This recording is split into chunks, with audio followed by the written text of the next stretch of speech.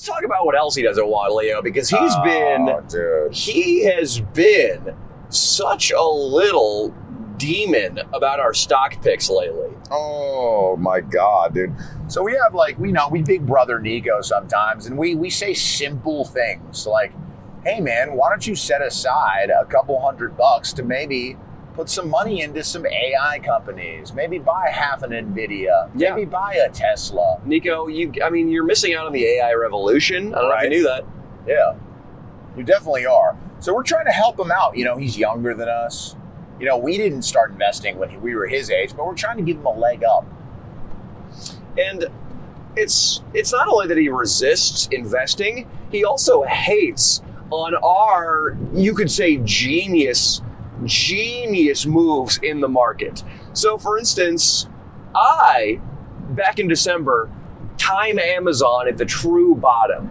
Wow. I pick up about 50 shares of AMI for about, $80 back in December. Okay? Perfect bottom of the market. And now it's come up. Danny Mullen reaps a big profit. Right. What are you going to do? Nico, when I show him that, Nico, I had never heard such jealousy in a man's voice. Right. Such jealousy.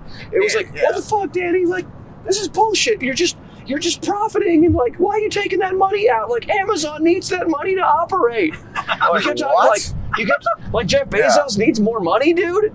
You were so bummed that I had made a killer trade.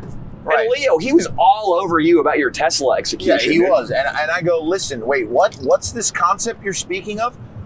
Believe it or not, guys, and you might think that we're just making this up because it's going to sound absurd, but Nico was trying to tell us that the way to trade is to buy high and sell at a loss. It was unfathomable. It just didn't make any sense. We're like, what do you mean? If you put 100,000 in Amazon and it tanks and you sell it at 50 with a 50%. Oh my God, dude, my fucking brake jammed.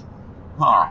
Dude, yeah, I can't use cruise control anymore, dude. Fuck that. No, don't use cruise control. Fuck, dude, this car needs to get to a shop ASAP, dude. Hey, man. Oh my God, dude, that almost just went. Sorry, we'll get back to this. Us talking about Nico being This is real. The car is been a piece of crap. Dude, you know how the brake felt like we couldn't use it earlier? Yeah. It was like that while the fucking car was moving. I think you got to hit that e-brake if that happens again. Good call, Lee, man. Yeah, good call. Dude, I'm going slow in the right lane, all that. Yeah, you're going to switch that to low gear because then the engine will slow the car down and then hit that fucking e-brake. That's the emergency plan? Yeah. Dude, there was a lawsuit against a bunch of Toyotas that happened a while ago because they would lock at 100 miles per hour and the people couldn't stop. Oh my God. We better not have a fucking situation like that on our hands. But Nico, Nico said something. He said that I told him, I do enough for this country by paying taxes. Correct. But Nico's like, no, you got to support the corporations too. You don't need the money, Danny.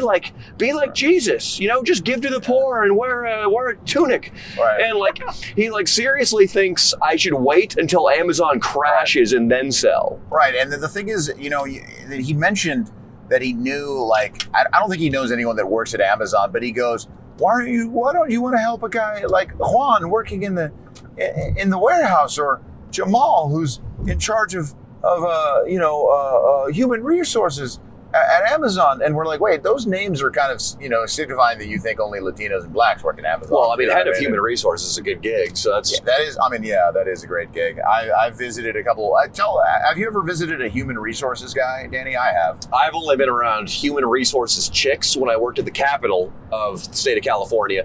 They are all basically clones of each other. They are all 40-something or late 30-something women. Couple kids. Yep. A couple dozen extra pounds on them. Yeah. Usually we'll say about 20 to 30 extra pounds usually. Correct. Semi-cute faces. Basically the kind of women that made ABC rich watching Leo on The Bachelorette.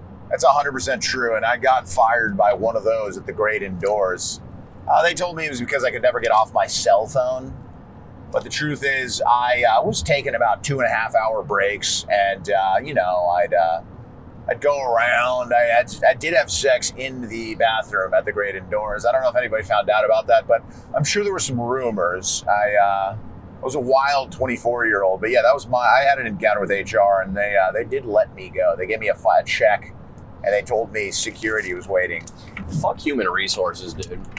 Fuck human resources. Nico, you know who human resources is in this company? It's Dante, wasn't it? Or That'd be great. It's funny because it's not that. It should be Dante. I would love Dante Culpepper. Leo, do your Dante and be human resources. All right, what up, guys? So, what's the problem today, man? What you bringing to the table for the HR, man? So, Austin's pissed because Ashley flashed her penis at Austin while we were shooting a podcast. All right, man. Ashley, you work on a podcast, right? You part-time third mic and stuff, yeah. And you decided to show Austin your penis. Did you ask him first?